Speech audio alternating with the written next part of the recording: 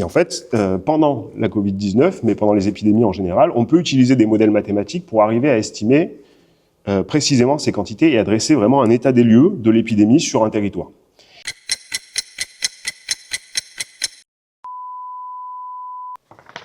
Bienvenue dans ce 10 minutes de Prève, les capsules des printemps de la Prève qui vous informent pour mieux agir. 10, c'est aussi parce qu'en 10 minutes, nous prenons le temps de vous informer sur un sujet en particulier. Et une fois n'est pas coutume, aujourd'hui nous n'avons pas trouvé de chiffre 10 pour mettre en avant notre sujet du jour. Mais saviez-vous que 75% des nouvelles maladies infectieuses humaines proviennent des animaux ou de l'environnement ? D'où l'importance de comprendre l'interconnexion entre l'homme, l'environnement et les animaux pour comprendre les risques sanitaires. Aujourd'hui, nous allons accueillir Julien Lombard, qui est chercheur au CNRS, qui va nous parler de modélisation mathématique et comment anticiper tout ça.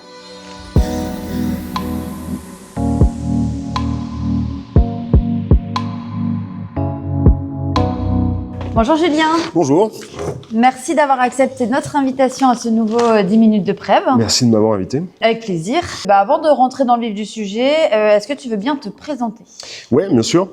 Du coup, moi je m'appelle Julien Lombard, je suis chercheur à l'Institut des sciences de l'évolution de Montpellier et j'ai fait ma thèse à l'Institut Pasteur de Lille.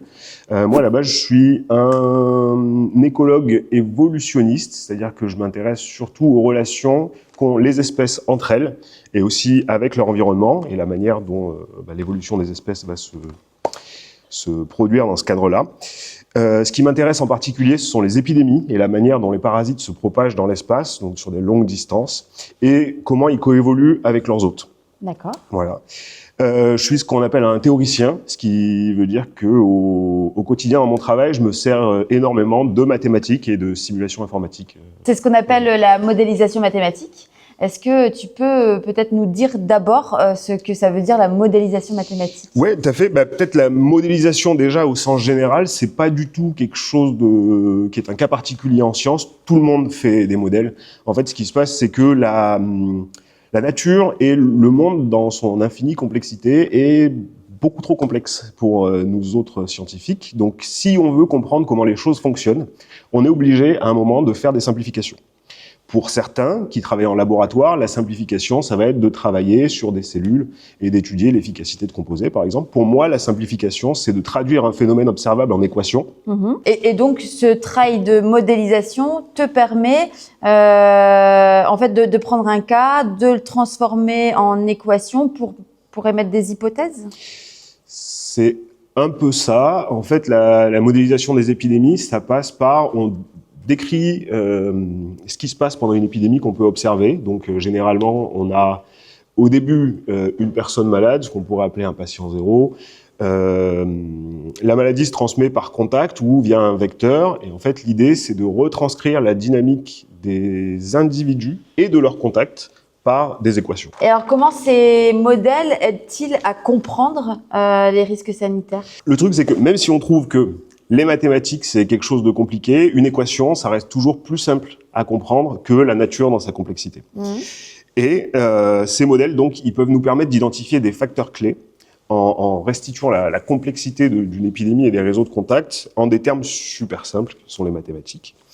Donc, pour le volet épidémiologie, ça peut nous aider à comprendre comment les contacts entre les individus vont permettre la transmission des parasites dans les populations.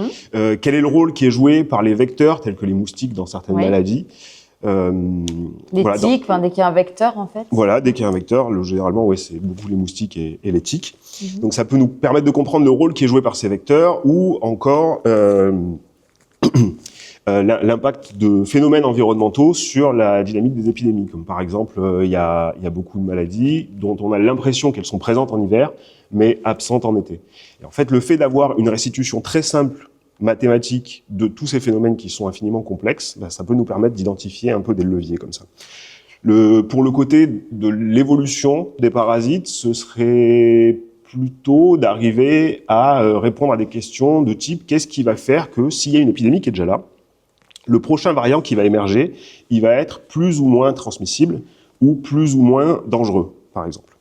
Le truc, c'est que donc la modélisation, ça va permettre de mettre en évidence ces facteurs, mais également de quantifier leur importance, d'arriver à déterminer quels facteurs est vraiment l'élément clé de la propagation d'une épidémie, alors que d'autres dont on pourrait penser initialement qu'ils sont importants sont en fait plus marginaux. Le deuxième truc, c'est que la modélisation, ça peut nous permettre d'estimer avec précision des quantités.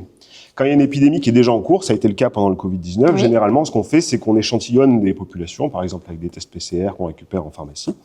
Mais comme l'épidémie se balade, c'est assez compliqué de savoir avec précision qui est combien de gens sont infectés, qui sont-ils et où se trouvent-ils.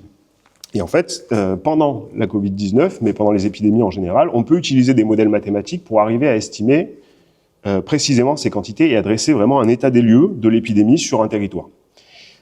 En dernier lieu, quand on a bien compris les mécanismes par lesquels les épidémies agissent et les parasites se propagent, et qu'on arrive à restituer convenablement l'état d'une épidémie sur un territoire, le but ultime avec ces modèles, c'est d'arriver à dire à quoi ressemblera l'épidémie demain, la semaine prochaine, le mois suivant.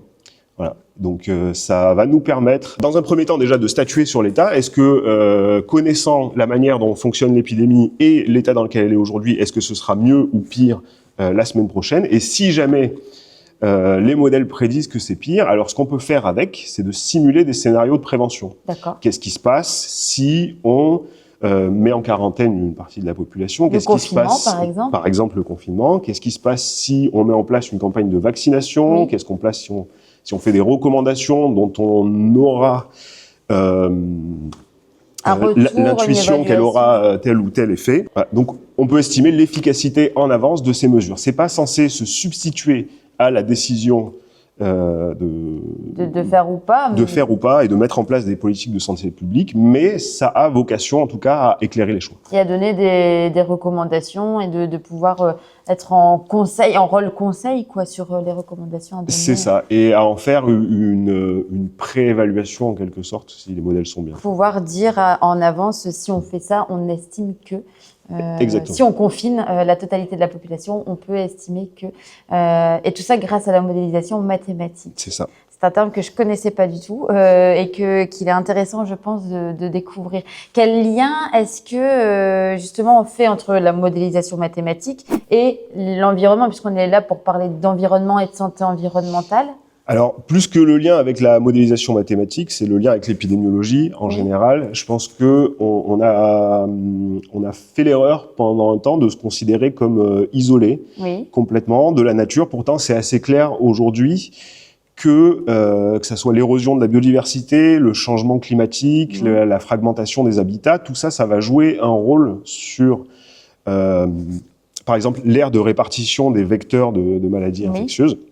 Et ça va directement se répercuter soit sur les populations humaines, soit sur les populations animales, voire végétales, dont notre sécurité alimentaire peut dépendre des fois. Aussi. Et donc, c'est ce qu'on appelle le concept One Health, donc l'interaction entre la biodiversité, l'être humain, les animaux.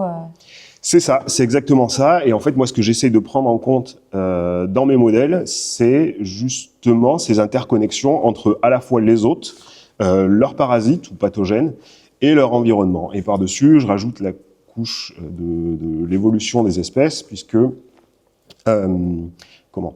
si on a un système naturel qui est perturbé, notamment par l'action de l'homme, que ce soit la déforestation, ce genre de choses, ça va se répercuter au niveau écologique sur la répartition des espèces et nécessairement, ça va avoir des conséquences sur l'écologie de nos maladies infectieuses en modifiant les contacts qui ont lieu par exemple entre les animaux sauvages et les êtres humains, ou le bétail et les animaux sauvages.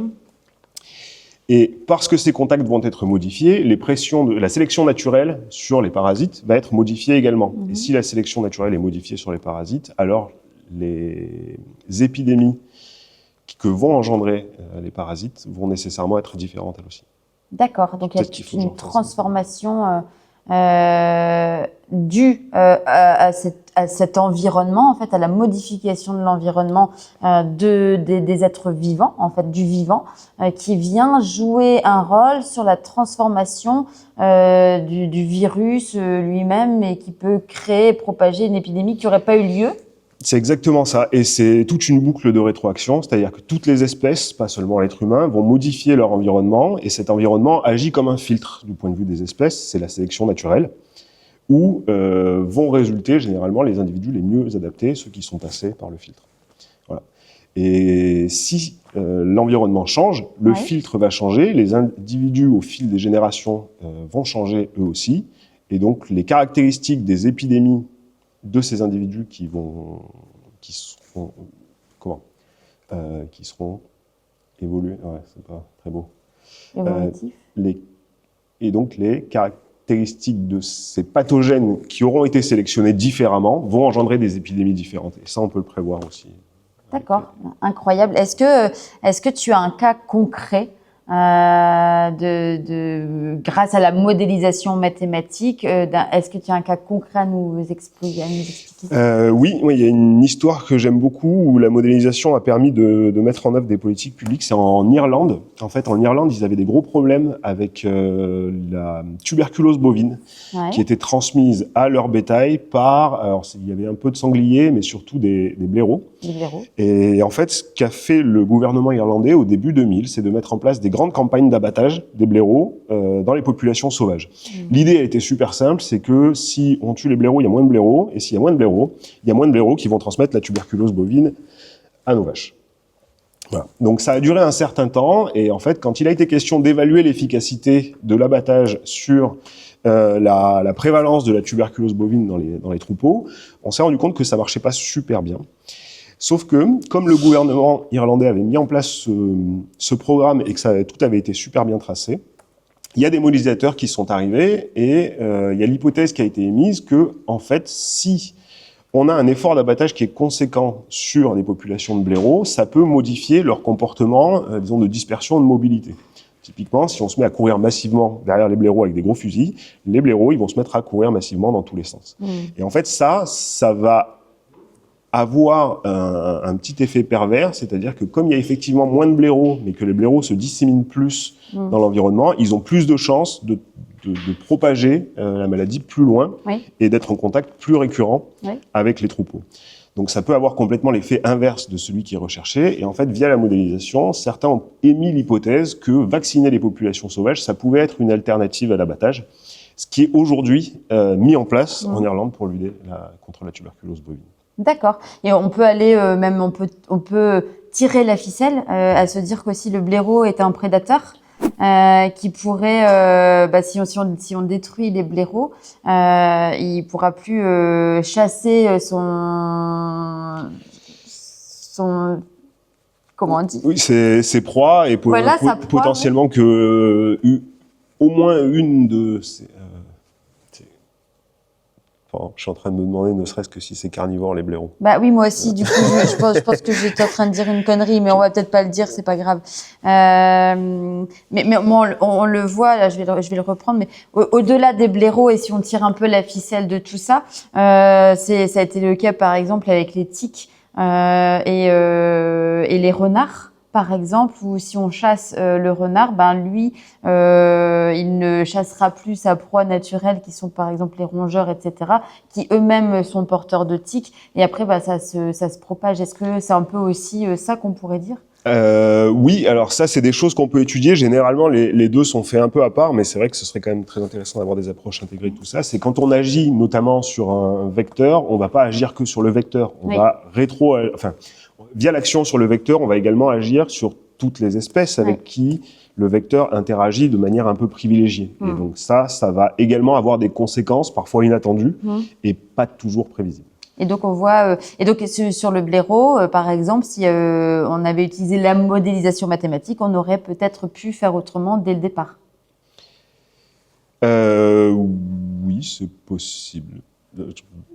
On ne peut pas savoir, mais effectivement, on voit tout le sens de la modélisation mathématique, on voit tout le sens aussi de l'interaction de l'être humain sur l'environnement, la biodiversité, et du coup après la santé de l'être humain, et on voit tout l'intérêt de la modélisation mathématique.